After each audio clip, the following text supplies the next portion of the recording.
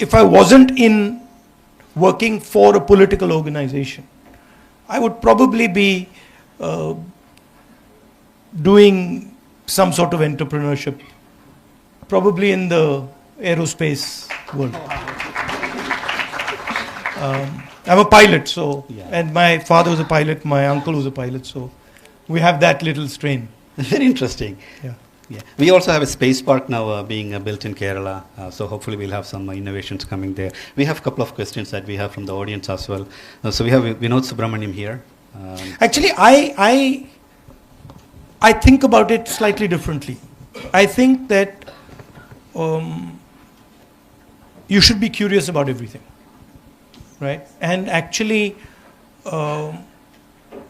you should have an open mind towards pretty much everything. And that's when you can start to connect the dots, you know. Very interesting. And one of the things that when I speak to youth in the AI world, I say that there are only two characteristics that truly matter now. One is curiosity, and second is empathy. Because machines cannot think like us. So if the empathy is what makes us different than from the machines. So if you are curious and if you're empathetic, then the rest of the things normally and I would add one more. Please. Which is persistence. Indeed. Thank you. If you can keep going, you know, and keep being positive, then that's also very powerful. Absolutely, indeed. So maybe can I ask Vinod one question, please? Yeah, Vinod here. Good morning, Rahulji. My name is Vinod Subramanian. I have about 20 plus years of IT experience, been working for multiple MNCs.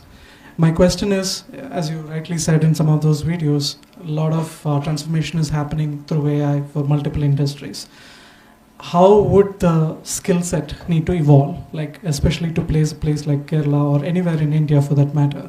What is the change that you see need to be done from a professional community?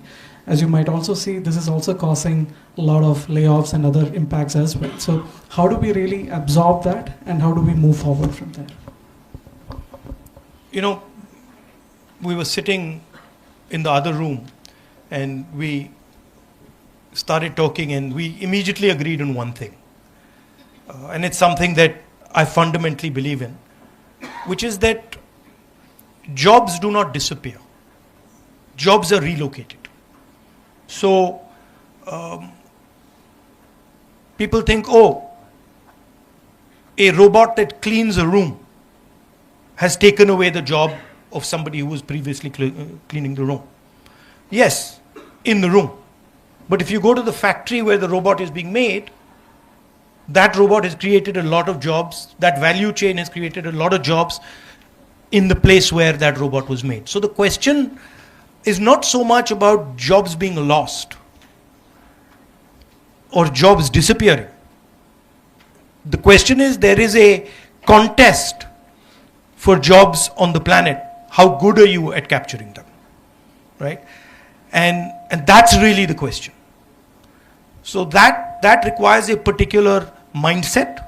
It requires a particular level of openness, connectivity. It requires an industrial structure. So in my mind, there are essentially two parts of the economic system. One is a consumption side and the other is a production side. So this came out of the production side, and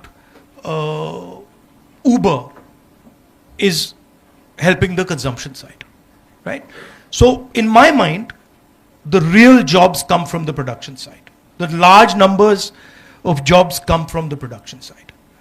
You can get excellent jobs in the IT space, but you cannot get jobs for everyone in India in the IT space. It's not going to happen, because the IT space simply does not have the knock-on effects that a car manufacturer does, or a phone manufacturer does, or a ship manufacturer does, right? So industrial production is something, in my mind, where the real jobs sit.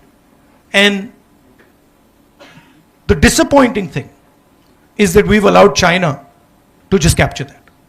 And so we play the United States, India, pretty much all other countries, we play in the consumption space. If you look at our big companies, you know, you worked in the automobile sector, but if you look at our big companies, our startups, they're all consumption, mostly consumption, right? They're on the consumption side. We don't have big startups on the production side.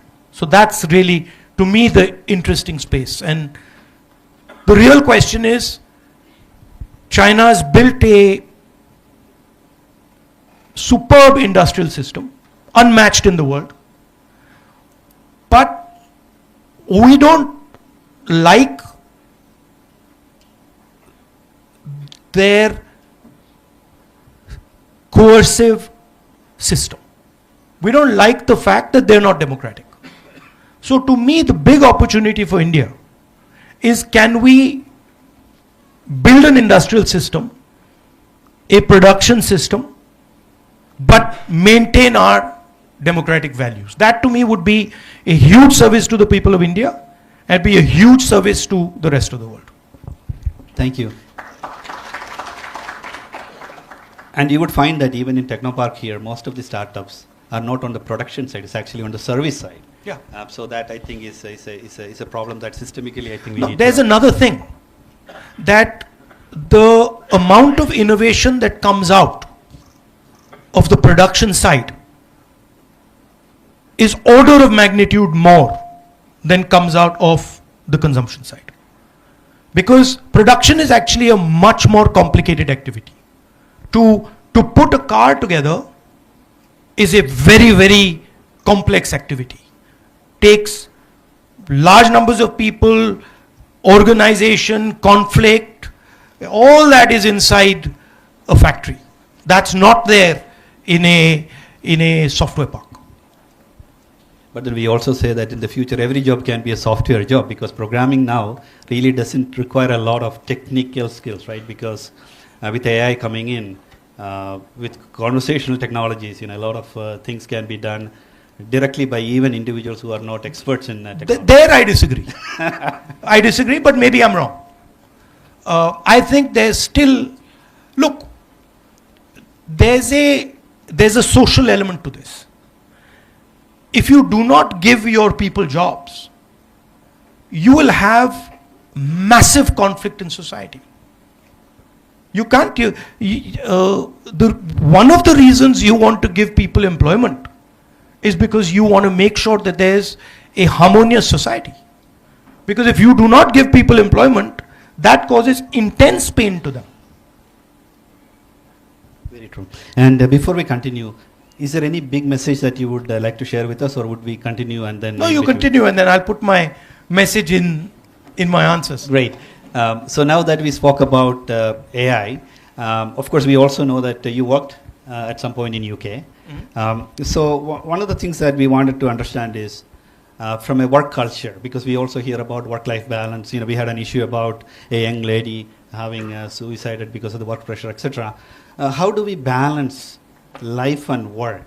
Because I've worked in the West, I've worked in Japan, which is on the other extreme, for example, where it's very difficult for especially the youth to balance work and life. So are there any lessons that you could give us, insights that you could provide us, or maybe the do's and don'ts?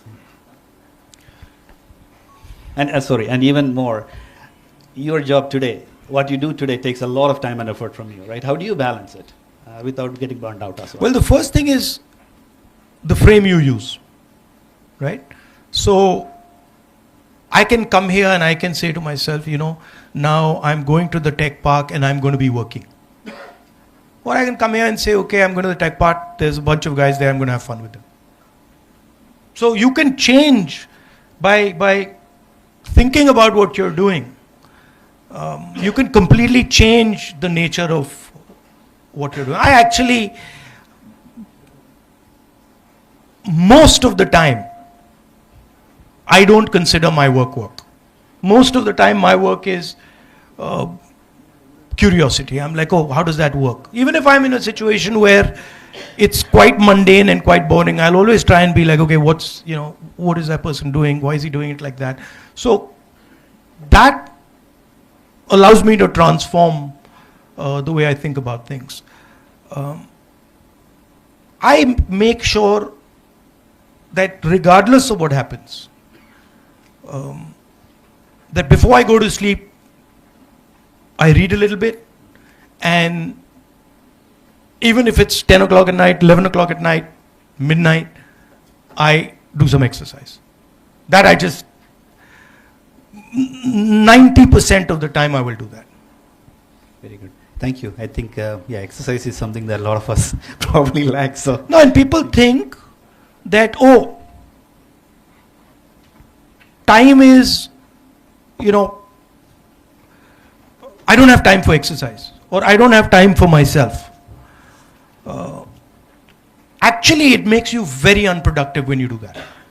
So you're thinking that, oh, you know, I'm going to save 1 hour by going to exercise. Actually, no. Actually, you're losing a lot of time by not doing exercise, because you're inefficient, you're stressed, you're disturbed, right? And it's a culture. I remember when I was a child, I used to go to my grandmother's room, and every single day of her life, in the morning, I'd see her doing exercise. She had a yellow colored mat, and she would be doing exercise, you know, for 1 hour. So I asked her, I said, you know, Dadi, like every day you start like that? She's like, yeah, my father told me that. You know, my father told me that in your life you should spend 1 hour minimum of physical exercise. I think that's a very good rule. thank you. Do you play any team sport? Yesterday you said that you play FIFA on I used to play football. I loved football. I used to play cricket in school and hockey in school, but I loved football. And then I used to box in college. I used to do triathlons, running, swimming, cycling, and then now I do martial arts. I've always done martial arts. Yeah, now Somewhere or the other. now pickleball and paddle is becoming very, very popular around here. Yeah. Yeah, so most of the places now you see that a lot of the team members are also playing that. We have a question from Deepa Nair.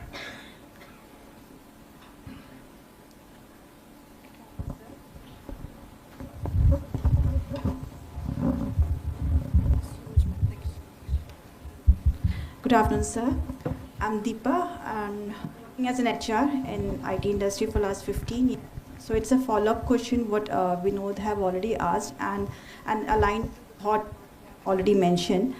We have to create jobs. That is something we have to do. So I would like to definitely know from you, like what better policies we can have so that we have more career opportunities for our youth within Kerala, so that we have a better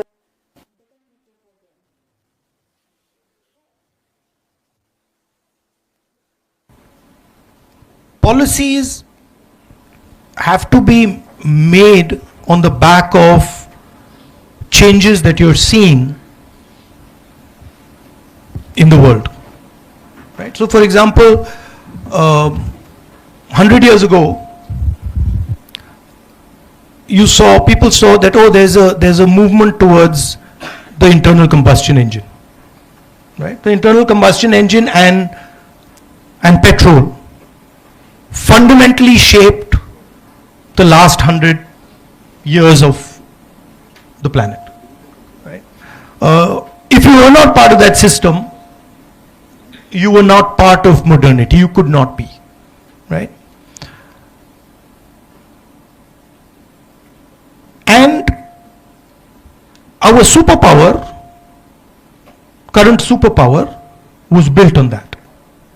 So if you go into the details of how did America actually become powerful, or how did Britain before that actually become powerful, you find that they became powerful by controlling mobility. Right? The British controlled the steam engine and coal. They built a navy. They controlled the trade routes. And the Americans did the same with petrol. And now the single biggest change that is taking place is that idea is being challenged. The way we move is fundamentally being questioned and changed. So the technical people here would understand what I'm saying. An internal combustion engine essentially is up and down movement of the piston. And you have to transform that up and down movement into circular motion. And your fuel is in the fuel tank. Now, something fundamental is happening, which is that we are moving to a world of circular motion. We are moving to the world of the electric motor. Everybody says, oh, there are drones, there are electric cars, there are electric trains, there are medical instruments. If you go into detail of what they actually are, they are essentially built on the same architecture. An electric motor is running a drone. It has a battery attached to it.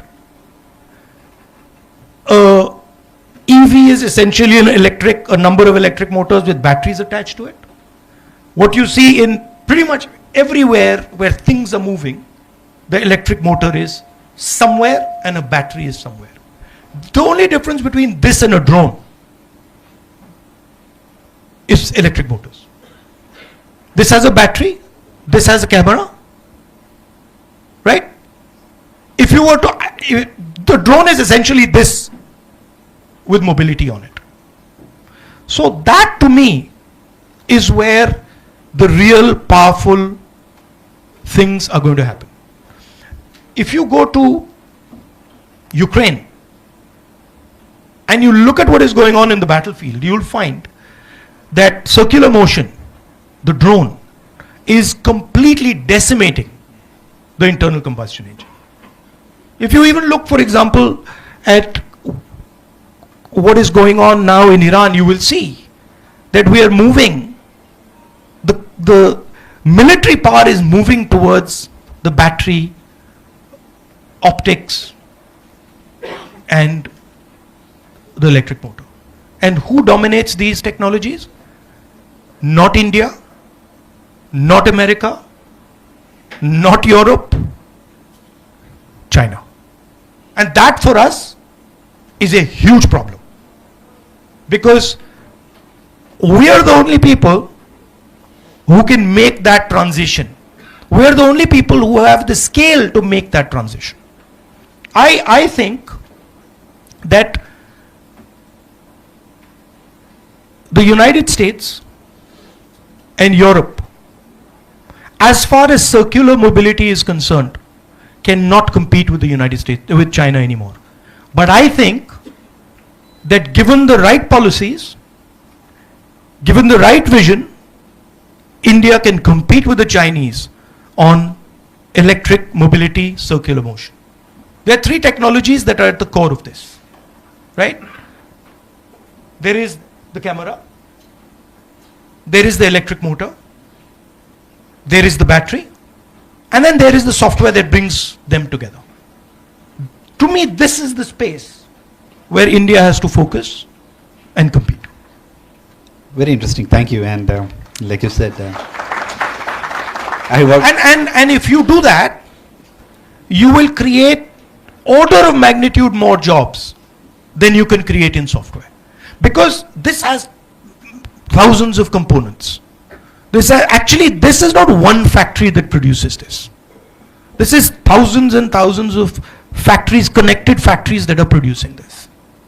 So I want India to be there. I want India to be sitting. I want the Chinese to look and say, who the hell are these guys? Where have they come from? That's what I want, right? Right now, they're getting a free run. Yeah. And that's what China did to the West. So, but again, the question that I have is a follow-on question on this. Is this a mindset issue that we have, or is it policies, or is it a mix of both, or different things? How do you see that? Look at our big businesses. How many of them are in the production business? No, answer? Very few. Very few. So the businesses that produce, and they're there, they're exceptional, right? Bajaj produces, right? The guys who are doing the two-wheelers, exceptional. They are actually competing globally, and they can challenge anybody globally. But do we encourage them? Do we push them? Do we help them? Do we support them? Not much. Our entire system is captured essentially by 3 or 4 businesses. Right? You know the names, Adani, Ambani, these are the 4 or 5 guys. They don't produce anything.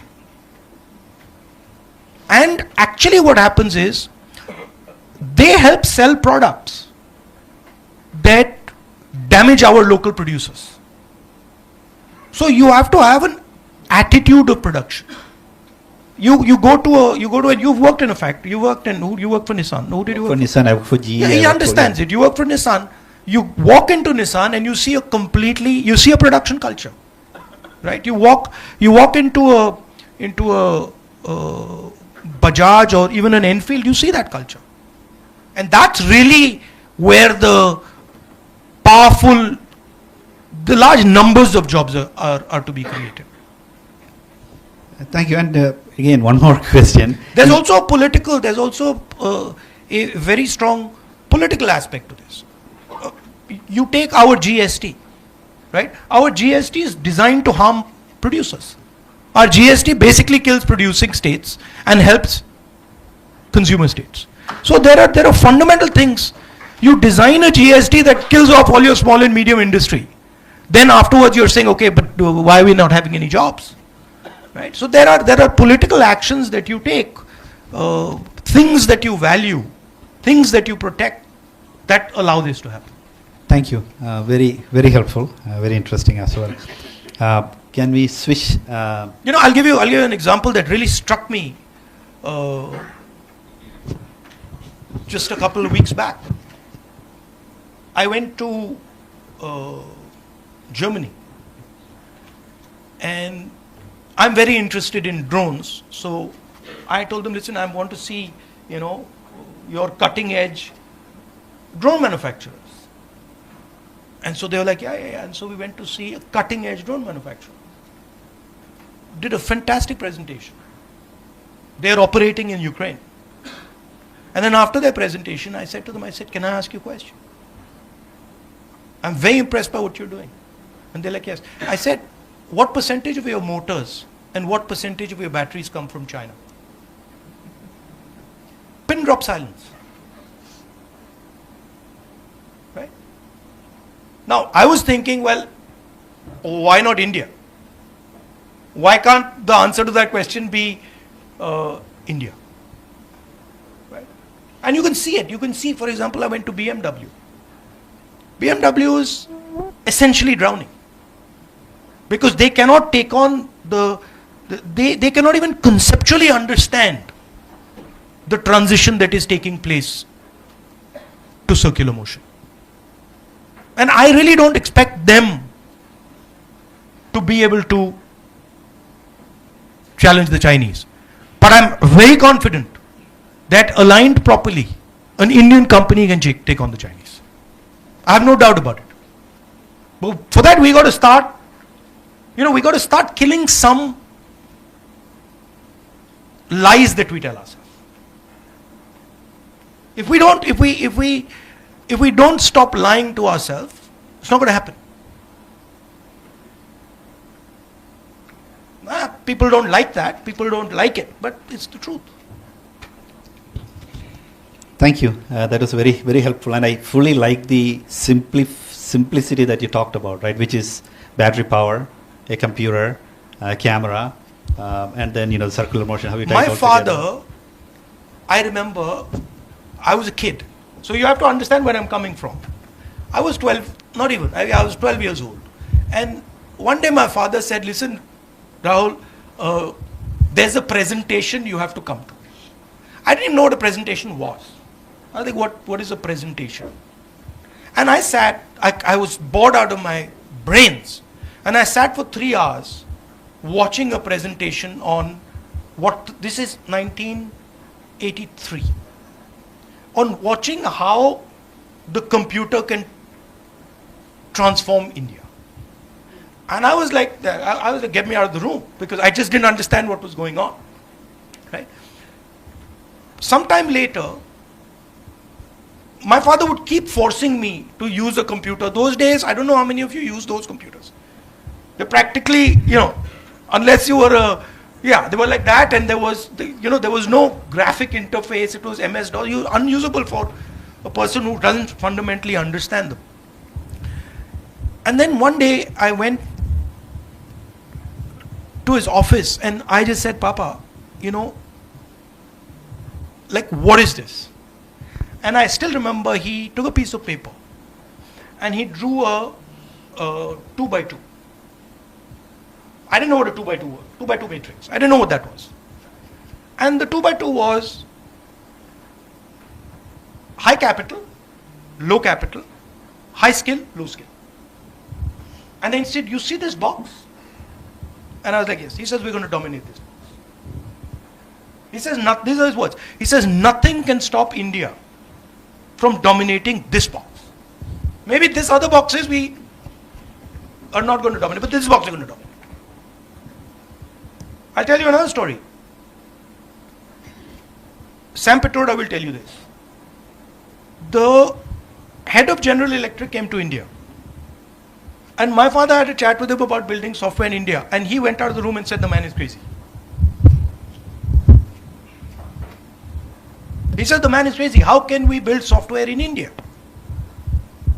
But that is what having a vision is. That's what it means. If everybody is saying, yeah, you're making perfect sense, it's all right. No, there's no vision there. A vision by definition has to look crazy because other people can't see it. And so that's when you're asking me, what do I expect Indian people to do? I expect them to push back when they're told stuff that is not true, is not real. Right? I expect them to say, no, this is my idea. It looks crazy to like all these other people, but I'm doing it. And then you'll find, suddenly all those people are saying, that's a great idea. Mr. Vajpayee gave a speech in Parliament saying, Rajiv Gandhi is going to destroy the Indian economy. Computer will take away all our jobs. He then gave a speech 15 years later on how great the computer was. So that's what I expect from Indian people. You're seeing that there's a complete transformation taking place.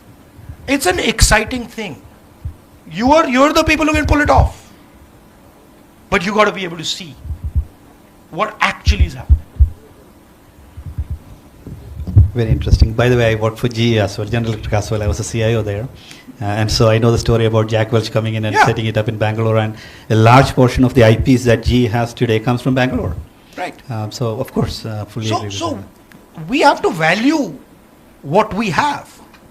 I keep saying it, we are sitting on the most valuable resource on the planet. If you came 100 years ago to India, right, we didn't have this resource. The connectivity was not there for this resource. Everybody used to say, population is the problem. Well, that's quite interesting because our population is what has given us data, right? This conversation is data. Who owns this conversation? Who owns this conversation? The cloud. No. This conversation cannot be transmitted without YouTube. So YouTube owns this conversation. So we have to be able to see that. Who owns our data?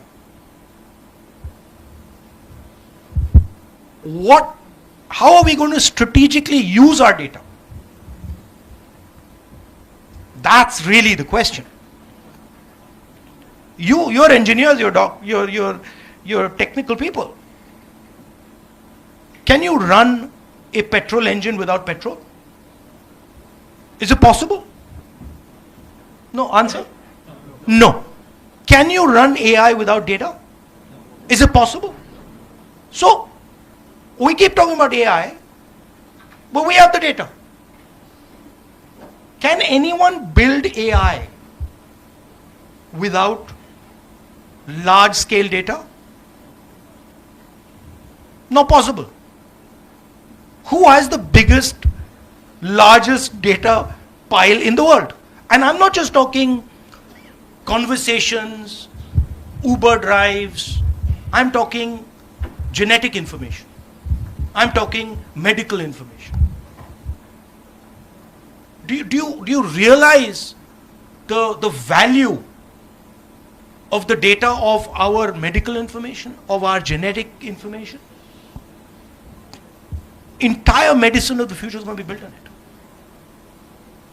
So those are the hard questions. We have an AI summit. We don't have a data summit. Nobody is saying, listen, it's literally like Saudi Arabia turning around and having a summit on the petrol engine.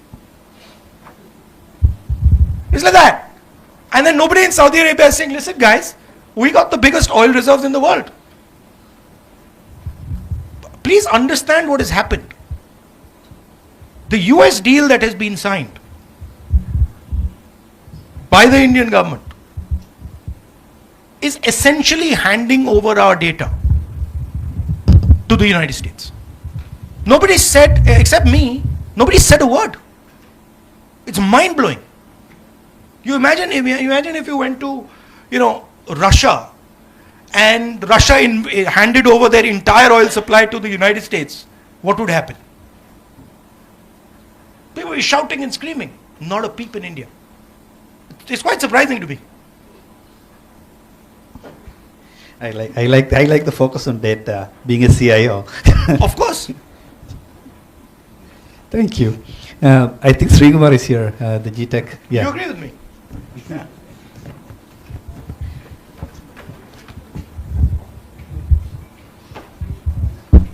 Very good morning, Rahulji. Welcome to Trivandrum.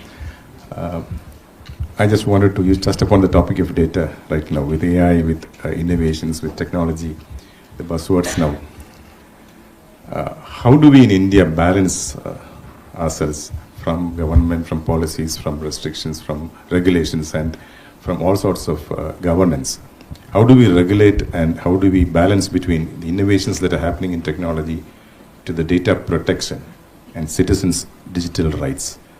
Now, that's an area where data pilferage, data is going to be very important. Data is the most powerful resource in the world. So, how do we balance between the innovations that are happening? That is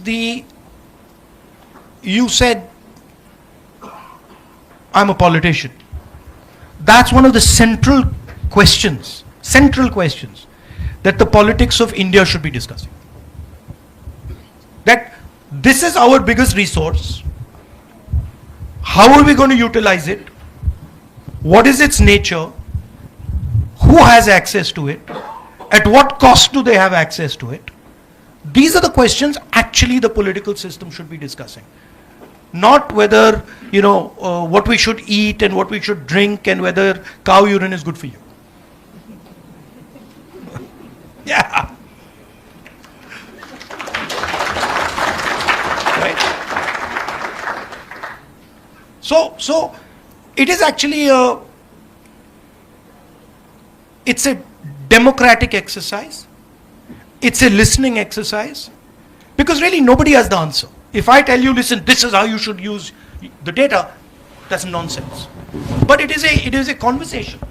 It's a conversation with our businesses, with our people, with the multinationals of the world, with the Americans. It's a conversation. Right? And it is the most powerful conversation India can have. I mean, if in that deal, India had turned around and said, listen, this is all fine, but our data is the most valuable data in the world, I can guarantee you there'd be no taxes on agriculture. There'd be no taxes on small and medium business. There'd be none of that.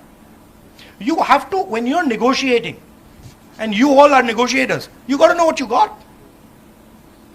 If suddenly Saudi Arabia goes and negotiates and has forgotten that it has oil, what the hell are they doing? Right? So you first, before you go into a negotiation, you got to say, okay, what do we have? I can tell you straight away, we have brilliant people, more than anybody else. We have huge diversity, so we can understand many different things from many different angles. We have the largest pile of data on this planet. We have the best engineering talent. We have the best medical talent. Kerala produces the best nurses. Now come and negotiate with me. Don't come and negotiate with me without having a clear understanding of what I got on my side. That's how it should be done.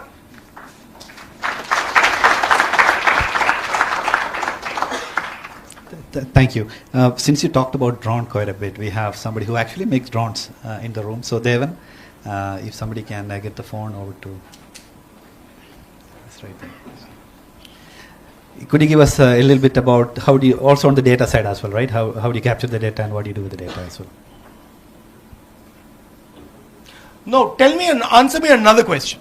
Sure. What do people like me need to do for you to compete with DJI successfully? Answer me that question.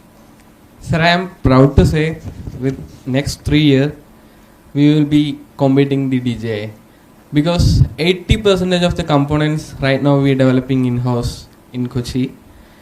Maybe our rest of the R&D is finishing in 3 years. So right now... So you make your own motors? Yes, own motors. But sir... What type of motors you make? BLDC motors. And the fact is, we... Brushless? Depending upon... Yeah, brushless. And ductifying also. And we depending on the infrastructure of Hitachi, other corporate infrastructure for developing that motors. What size drones do you make? Size largely carrying 50 to 100 kg payload. Can I come and see? Yes, yes. Where is it? Kochi, sir. Okay. Here itself? Yeah. Cochin. Kochi. Sorry. I also bring some of our product to showcase to you. But you have something here? Yes. In my car. Yes. Oh, you have it here. You brought it here? Yes, yes. Okay. Okay. Happy to showcase you, sir. Okay. No, sorry. You were asking. No. We just want to... No, please. It's your floor. But no, we also want to see, because you're working on the agriculture... But I'm going to call you on that. Yeah. 3 years from now, I'm coming and seeing that you've knocked down DJI. You're not getting away simple. Right? Yes, I'm sure, but... No, Yeah. I'm coming. I'm coming 3 years to see. We'll note it down. Thanks, Devan. Unless you wanted to add something about the agriculture use cases and data or something that you think is relevant. Yeah, sir, actually, we are 5 years old company. So myself, Devan Chandrasekharan, I'm the founder of Fuselage Innovations. And we are the National Startup Day, we are the one of the National Startup Awardee from Honorable... How many people? 43 total. 43 people working. Yes, 43 people working. All are from Kerala. And you designed them yourself? Yes. Quadcopters? Yeah, quadcopter. And for marine innovation also we are working for handling the heavy payloads in marine through cranes. Right. Lifting the heavy payload on an average 10 tons. That is also we are working with the... How do you react to what I said about circular motion and the electric motor? Yeah, electric motor actually we are in-house around from 70 kV motors. So we are... No, I mean, I was saying that we are seeing a revolution in circular motion. Okay. That we are going from the petrol engine to the electric motor. Okay. How do you think about that? Sir, there are limitations are there in regards to the flight time. Only the power is a major challenge. Like we already having limitation, the high quality of lithium. That is a major issue. But we are working for the lithium with the phosphorus for getting the most higher flight time. Once it is done, we can replace the engine with the batteries. Do you think electric vehicles will replace internal combustion engine vehicles? Or no? Not right now, sir. But 5 years, 7 years, 10 years? Yes, it will happen. Yes. Thank you, Devan. That is very informative. Really appreciate that. We have a question from Vinita.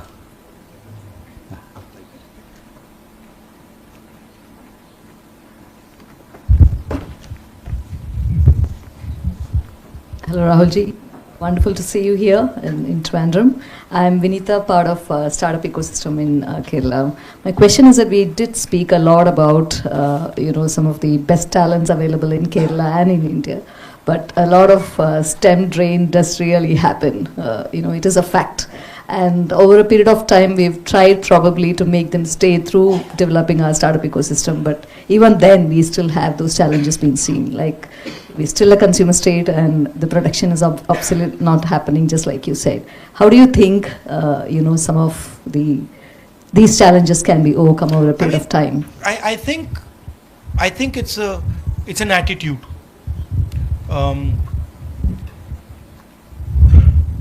And the government has to provide an ecosystem, an architecture for you to produce. It's much, the government doesn't have to provide you as much support in software as it has to provide you in production. That's a much more difficult, complicated thing to manage. So government has to understand these things. Government has to have a strategy on these things. Government has to know, or at least guess, where things are going to move. The reason I was telling you about that conversation with my father was because he understood that things are moving there. Software is going to give us that quadrant on that piece of paper. So the government has to have that type of a sense that, listen, this is where we are going, right? And directionally, we need to be aware. I'll tell you a story.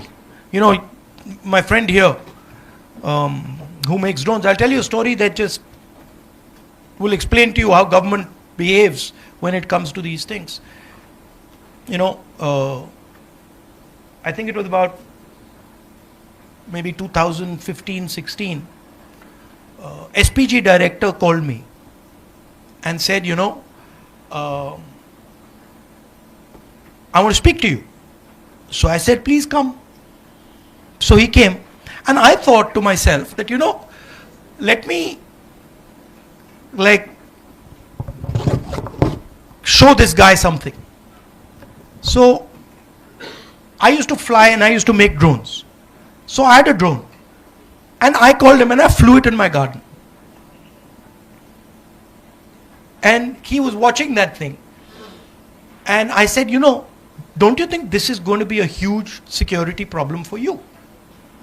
That, and I did it as a joke. You know what happened 3 days later? Not 3 days, a few days later, drones were banned across the country. No, please understand the power. That one guy who just happens to be security can explode the entire industry in a second. Right? So that type of stuff, you simply cannot, if you're operating like that some one bureaucrat can suddenly turn around and just blow entire industries to pieces, then you can never do that. So people have to understand that, boss, this is not just a security issue. This is a billions of dollar industry. And fine, it's a security problem, but we got to deal with the security problem. We don't kill the goose. Right? So government has to allow these conversations. Now, government frankly doesn't understand what you understand.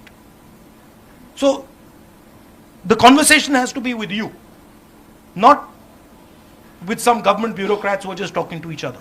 It's got to be strategic. It's got to be give and take. We'll give you this, but we want this. Right? So, and you've got to think about it on large scale changes.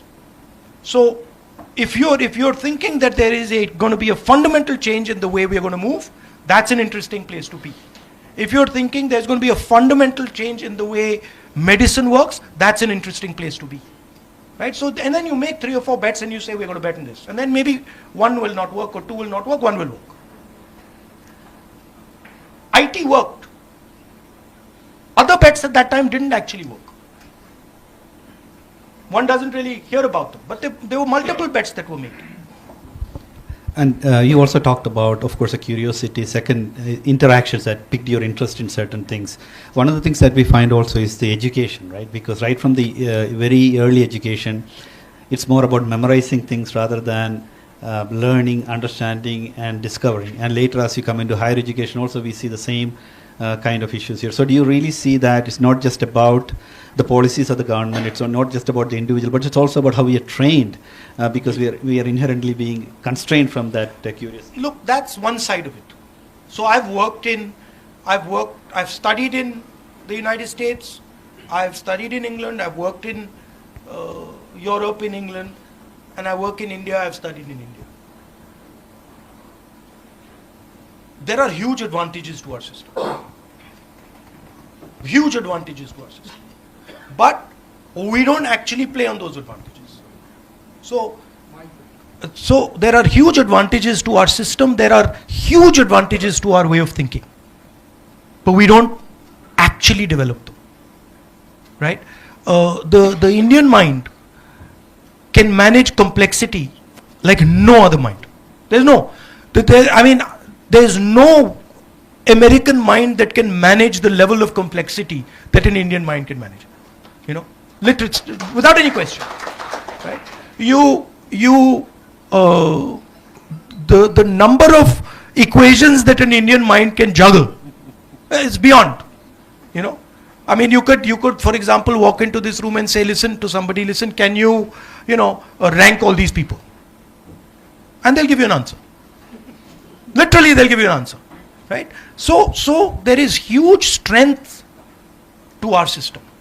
Our system is much better at managing the internal space. Much better. Right? The Western world literally collapses because they cannot manage internal space. They're very good at organizing outside. Right? They can organize everything nicely. Inside they can't organize. We might not be so good at organizing outside. We can organize inside beautifully. Look at our greatest leaders. I went to see Narayana Guruji's ashram today, right? What was he doing? He was organizing the inside. He was teaching you how to organize your own internal structure. Look at anybody who's successful in India. Look at Mahatma Gandhi. You read Mahatma Gandhi. He's literally telling you this is how you should organize yourself. Right? So we have a lot to give to other people. I like to say it. If China likes to say they have never been colonized. They love saying that. Well, we colonized them. Buddhism colonized the Chinese. It went from here. So their entire philosophical structure comes from Bihar. Right? So I am not one who says, look, that system is better. There are things over there that are good, and we should take them. But there are things over here that are excellent, and we should use them, and we should also give them. Indeed, if you drive on the Indian roads, you can do pretty much anything nowadays. Managing chaos. Indeed, absolutely. It's actually leading through uncertainties is what, as leaders, we always teach our employees, right? Because on a normal day, you don't need to lead, you don't need to manage. But crisis is when you really need to step up. We are inherently good at that. No, and the other thing is that in India, this is something strange. But in India, the guys who are actually really, really good, they're almost hidden. You don't see them. They're somewhere hidden, back in the back. And those are the guys that are running the backbone. Right? And then there's a fancy guy over there, and you're like, yeah. But then you're like, okay, so who actually? I went to I shouldn't say actually. But sometime back, I went to a factory, right? And chatting to the guy in charge, excellent. And then he says to me, yeah, but this is the guy who runs the thing. Right? And then the depth of understanding he had was, A class. But not given maybe the respect that he should have.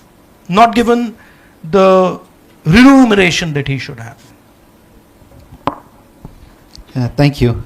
We have a question from Reshma Aziz. So,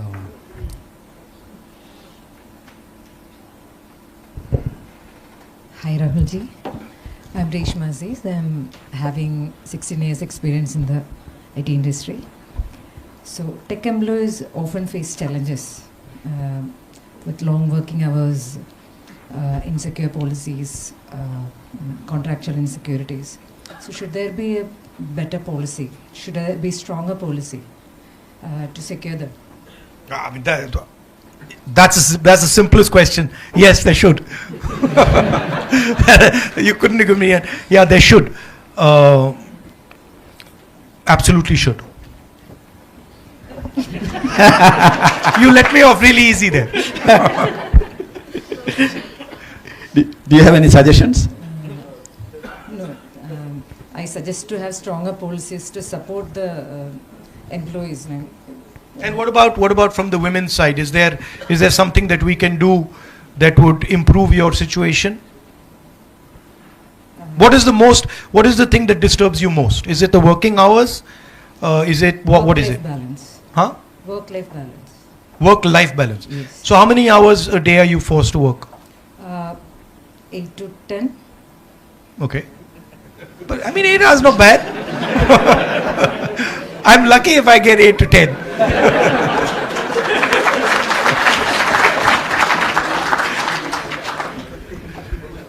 So there are a lot of employees working for long hours. Yeah. So work-life balance is one of the things. And what do you do in your non-work time? Like how do you spend your non-work time? So Do you have like a hobby? Do you have children? How do you do that? yeah, I have a company of my own. I'll work in that, then I'll manage the family. And what does the company do? We are into contract staffing, business. Okay, software contract staffing. And what's the most difficult part of your job? I love all the part of my job. Okay. There's nothing difficult for me, but it is difficult to manage the family and job. That is where I find a challenge sometimes. Okay. Thank you, Reshma. Thank you. It's actually quite interesting, and I think you already answered that earlier, right? If you enjoy your job, then a lot of the times, it really doesn't look like something that is stressing you out, right? But it's about how you manage your time, prioritization, and small tricks like that. So we've seen some of that as well. So. No, but the challenge actually is liking something you don't like. Like getting to like something that you don't like. That's where it gets interesting. Yeah. That you say, okay, I don't enjoy this, and then you start to look at it carefully, and you change the perspective, and you say, actually, I quite like it.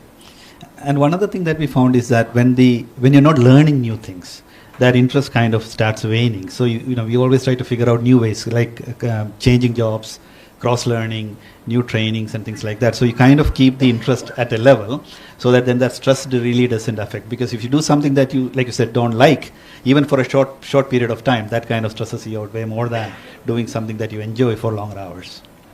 Yeah. I also find that if you do many unrelated things,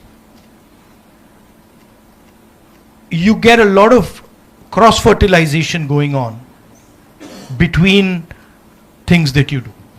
So for example, if you study history and you do software design and you're interested in hiking and you're interested in multiple things, you suddenly find that actually that thing from this space is helping me in this space. Elasticity, right? So I like to keep it as wide as possible. Even for example, if I read, people ask me, what book are you reading? I don't do it like that. I'll get interested in an area and I'll be like, okay, that's an interesting area, and now let me read in that area. So, or even sort of, I find martial arts gives me huge information on how to deal with things, right? Principles over there, for example, of balance, of force, they are applicable everywhere. So I like to have many things that I'm doing, and whenever I talk to my nephew and niece, I always tell them, listen, the more things you're doing, the better. Indeed. Don't get into don't just, I mean, be good at it. So don't just do it and not be good at it.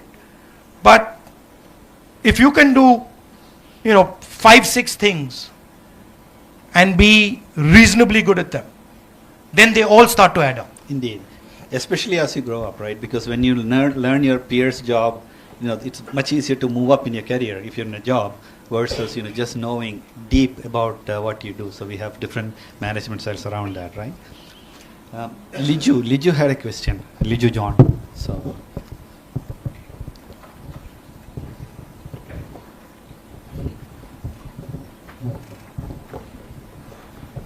Hi Rahulji. Hello. Good afternoon. My name is Liju.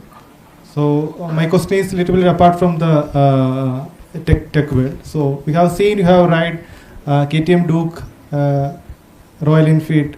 So my question is it really your personal passion, or you got some spirit from your Bharat Jodo Yatra?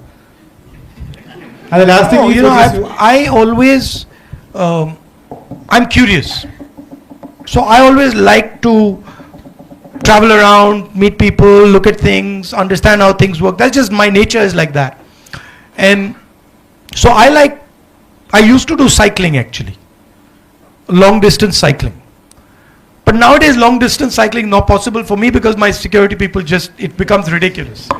Right? If you're cycling and then you have these escort cars, it just doesn't work. So I can't do that. And so I like the idea of two wheels. And I don't really care what bike I'm riding.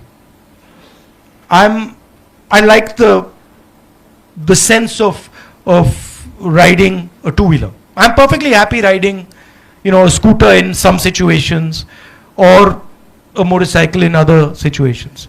If you're asking me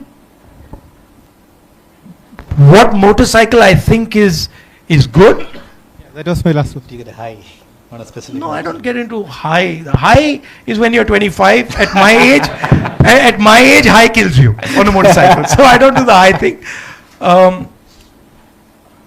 I quite like the KTM. That was It's my good. last question. Which one you prefer to ride that? I like the KTM, but I prefer the KTM to the Enfield. Let's put it like that. I have an Enfield. My son has a KTM, so we have this argument at home all the time. So I think he won out. There's a good 450 BMW that is coming out. I think that will be a good bike, but it's expensive.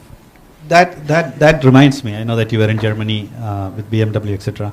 Of course, all these things are changing, right? Even with AI coming in, new technologies coming in. Have you ever ridden an autonomous car? Have you been in a car without a driver? No, but I have a remote control car. I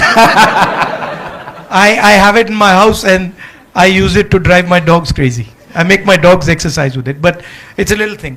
I've been doing remote control stuff since I was a little child. So my father and me built our first little remote control plane together. So I'm deeply into that side of the world. How many dogs you have? I think PD is one of them, right? No, he died. Oh yeah. Yeah, he died. Poor guy. I have 4. Wow. They're brothers. Wow. Yeah, we have one. We have a lab, Sancho, and Yeah. he runs the house. We just living in the house. I think. Yeah, it's true. my guys are they're quite naughty. Yeah. Yeah. Something to look forward to, right? Going back home. Yeah. So No, I think one of my favorite lines of Mahatma Gandhi, and I really resonate with that, is that something to the effect of, a people or a country that does not respect animals and respect all forms of life has a long way to go. So I don't restrict kindness to human beings. I think one should be kind and gentle to all beings, you know. So that in fact, as I become more experienced in politics, I think in life also, you have to start making some basic rules for yourself, you know. When you're young, the rules can be 5, 7, 10 rules, and then slowly you find that, okay, now I'm centering down to 1 or 2 rules. And so I find that in my life and in my politics, the 2 rules that they are becoming my central rules more and more are, you know, as you said, non-violence and compassion towards other people, understanding other people, you know, and truth. So I find it very uncomfortable. In my job, I was told when I started, and many of my politician friends used to come and tell me that, listen, you know, truth and politics don't go together. I was always told that. I've heard that too. And I am out to prove that it does. I hope you win. I hope you're successful. No, it doesn't. I mean, it doesn't matter. It's a framework I use, and it works for me fantastically. I mean, it literally works for me in ways that I never ever imagined. One thing that again I find politics in India is, you know, we tend to put people in boxes, stereotypes, and then, you know, we don't really think across lines on ideas and thoughts, right? It's about who said it versus what is being said. It's quite a bit of that I find quite in India, one of the weaknesses of our system is that we box everybody, right? We love to create, oh, she's a woman, oh, he's so and so, oh, and we like to create that box. But people are not in boxes. People are, I mean, you cannot fit a person into a box. So I know we are running out of time. Rahulji has been very nice with us. So what I will do is we'll have one more audience question, and then probably we'll wrap up, unless, of course, we want to have more. So we have a question from Ganesh Kumar, IBM. Yeah, that's there. So.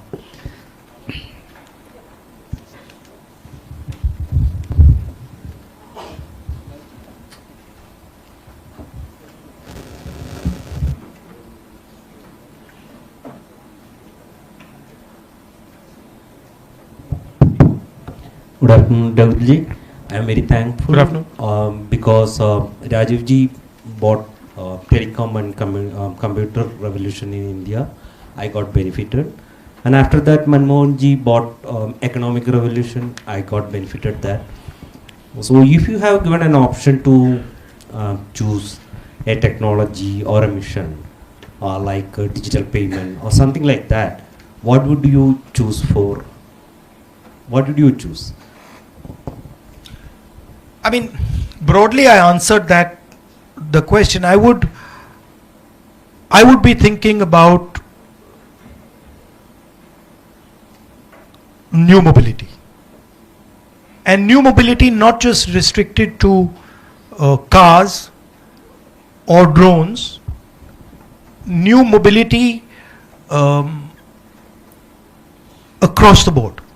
And I would think about setting up India as a dominant force in that new mobility. So new mobility would include drones, it would include railways, it would include EVs, it would include Hyperloops. It would include anything that moves in the way we are going to move in the 21st century. That's what I would think about. Of course, embedded in that is software, right? Because that requires software for a drone to work. You need software. For an EV to work, you need software. So that is a part of the ecosystem. But that's what I would think. At GE, we had electric locomotives, and at Nissan, of course, cars. We used to say these are computers on four wheels, more or less, right, with the battery powering it. Yeah. When you really think about it. No, if you look, if you take batteries, optics, and motors, it's everything, right? I mean, as I said before, this is just a drone without motors, right? And so to me, that's a really interesting place. But I would add a component to it, which is that do it harmoniously. Do it with conversation, negotiation, partnership, mutual respect. Don't do it angrily, violently. You know, so I would say that the culture of how you do it is also important.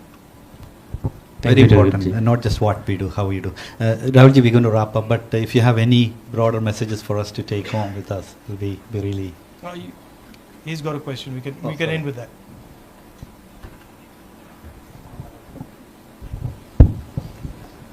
Good afternoon, Rahulji. My name is Pius Varghese. I have a question. We have got independence in the year 1947. Today we are in 2026. It's almost 80 years. So most of the politicians, BJP, Congress, many came over and ruled the country. And but even today we are talking about freebies. All political parties, they are talking about freebies. I will give you 2,000 rupees. You survive with that. I will give you a few kilos of sugar. I will give you rice. When India become a developed country, this is not economic development. Even after 80 years, if you are talking about giving freebies to the people in India, it means we made them poor. It's not economic development. So when India will become an economically developed country? What about freebies to Mr. Adani? No. You want to discuss? Let's discuss. Right? What about freebies to Mr. Adani? What about freebies to Mr. Ambani? What about all the huge amount of land that is given to them? Why don't we discuss that? If we are ready to stop those freebies, we'll stop these freebies. So please realize that the freebies that you're talking about are a reaction, right? People are saying, listen, 16 lakh crore rupees have been forgiven for Mr. Ambani and Adani, right? Now, it's interesting that you raise it. You see the freebie when a poor person is requesting it, and that poor person needs the freebie. But you don't see the freebie. You don't see the freebie when Mr. Adani gets it. Like, your question wasn't, when are we going to stop the freebies to Mr. Adani and Mr. Ambani?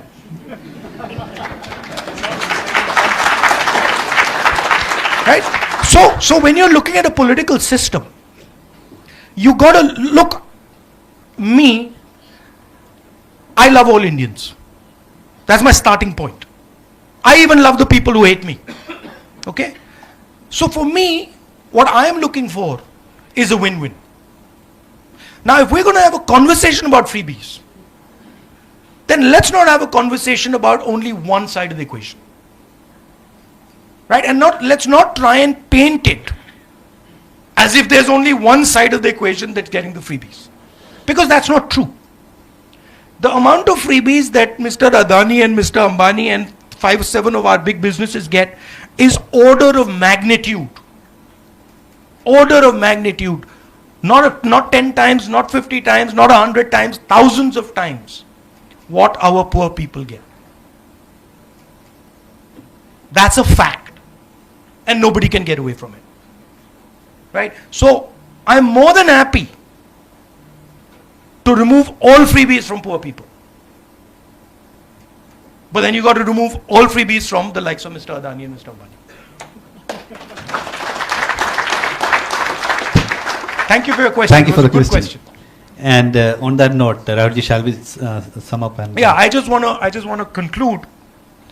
First of all, I need to conclude because we've got to. First of all,